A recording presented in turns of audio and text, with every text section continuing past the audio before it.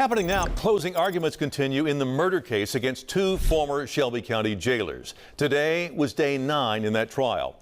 Both men charged with second-degree murder in that case and aggravated assault, resulting in the death of inmate Gershun Freeman. WREG Shay Arthur is at the Shelby County Criminal Justice Complex with what happened today. Shay, fill us in. Well, Greg, we just got word just a few moments ago that court has wrapped up for the day. Part of closing arguments have happened from the prosecution, and really this is such a crucial time here for the jury to hear as they really plead their last-minute pitches to the jury as they really wrap up all of their testimony that's happened over the last 9 days. It has been a long trial. The prosecution, they went this afternoon, spent about an hour going over their first round of closing arguments. They showed that pretty brutal video inside of the jail of the beating that played in its entirety, 9 minutes, 8 seconds, arguing those two former jailers, they never did anything to revive Freeman, saying they were trained and they knew better. Gershun Freeman died October 5th, 2022 at the Shelby County Jail. He initially was housed in a suicide pod. Those prosecuting former jailers Stephon Jones and Courtney Parham called Freeman's death a, quote, known unlawful killing, telling jurors Freeman was found naked, covered in pepper spray. Recalling testimony from a special agent who responded to the scene, he had never seen so much pepper spray used in his career. They beat Mr. Freeman into submission.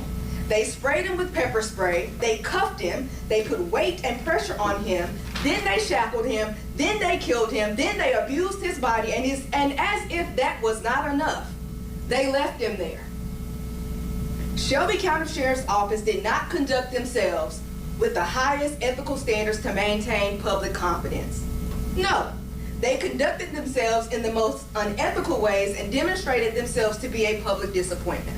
The state went through the extensive list of those who testified during the case, investigators on the case, employees there at the jail, as well as the doctor who performed the autopsy, who determined Freeman's death to be a homicide due to cardiovascular disease exacerbated by physical restraint and subdual.